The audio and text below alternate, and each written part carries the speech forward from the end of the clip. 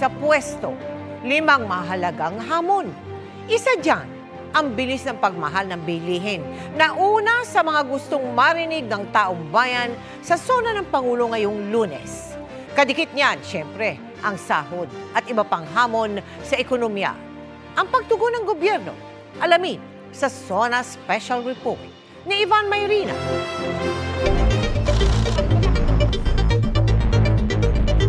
That's what I lose sleep every night over, is how to bring down inflation. Pagsisimula pa lang ng 2023, yan ang problemang hindi nagpapatulog sa Pangulo. Ang inflation o bilis ng pagtaas ng presyo ng mga bilihin. Ngayong Hulyo ng taong 2024, ilang araw bago kanyang ikatlong State of the Nation address, nakakatulog na kaya ang Pangulo? Buwaba na naman ang inflation mula sa 6% sa buong taon ng 2023. 3.7% na lang yan, base sa pinakahuling datos ng Philippine Statistics Authority. Yun nga lang, sa kabila ng mas mababang pangkalahatang numero na yan, tumaas pa ang food inflation o pagtaas ng presyo ng pagkain na nasa 6.5% nitong Hunyo.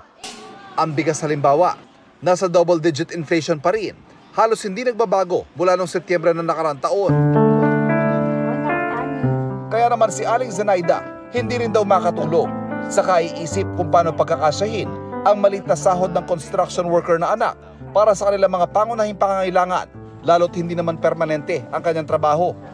Taga-Paliparan, Dasmariñas, Cavite sila at matagal na raw namumuhay sa laylayan. Pag alam kong tagilid na yung bigas namin, naglulugaw ako. Ayan, lulugaw ako 2 dakot. Kahit tag 2 subo lang sa amin, okay na. Basta hindi lang kami magutom. Inom kami ng mainit na tubig. Yun, abutan kami ng umaga. Hindi ako makatulog. Nag-iisip ako kinabukasan saan naman kukuha ng pansaing. Sobrang taas ng bilihin. Mabigat.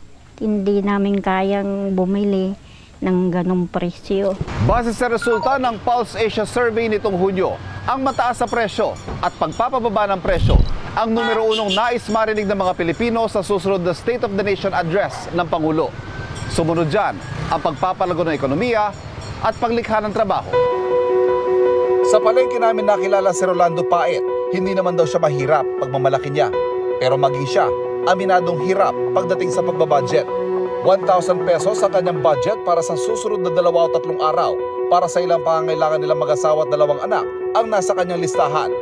Kabuang gastos na 980 pesos. Hindi na nga muna isinabay ang kamatis at sibuyas sa lagay na yan. Hindi rin kasama dyan ang bigas. Bukod pa ang kuryente, tubig, panggasolina sa motor at iba pa mga araw-araw na gastusin. Yung pinamamalengke ko po na 1,000 eh. Kakatiting na lang yung nabibili ko. Kung tutuusin at kung pangkalahatan ekonomiya ang pag-uusapan, hindi naman nangungulelat ang Pilipinas.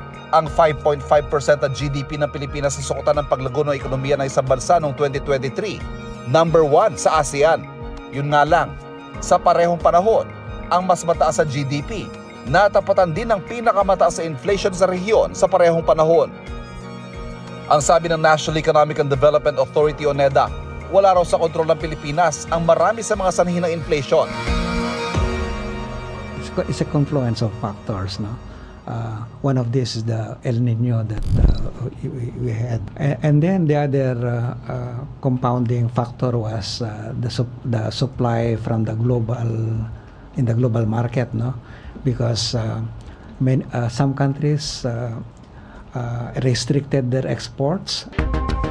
Ilan sa mga naging diskarte ng gobyerno sa kasagsagan ng pagsirit ng presyo ng bigas, ang pagmandato ng price cap sa bigas noong Setyembre na binawi makalipas ang 1 buwan. Nariyan din ang isinusulong na pag-amyenda sa Rice Tarification Law para muling makapagbenta ng murang bigas ang National Food Authority.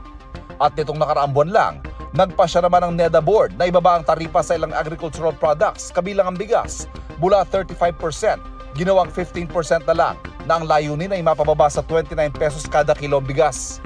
These are artificial inducements, one-shot deals. But ultimately, the long-term sustainable solution, one that is more meaningful, permanent, would be raising farmers' productivity. Ang pagtaas ng presyo ng mga bilihin isa sa mga basihan para sa pag-aproba ng taas sahod. Sa nakalipas na taon, tumaas na ng kabuang 75 pesos ang minimum wage sa Metro Manila. Ilang mga wage hike petition pa ang nakabinbin at may legislated wage hike ding isinusulong. Git ng mga manggagawa, hindi makasabay ang taas sahod sa taas presyo. Ang DOLE, pilit daw na binabalanse ito.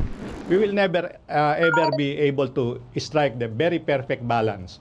Even on the matter of providing or coming up with an adjustment in the minimum wage, it's always a thankless job.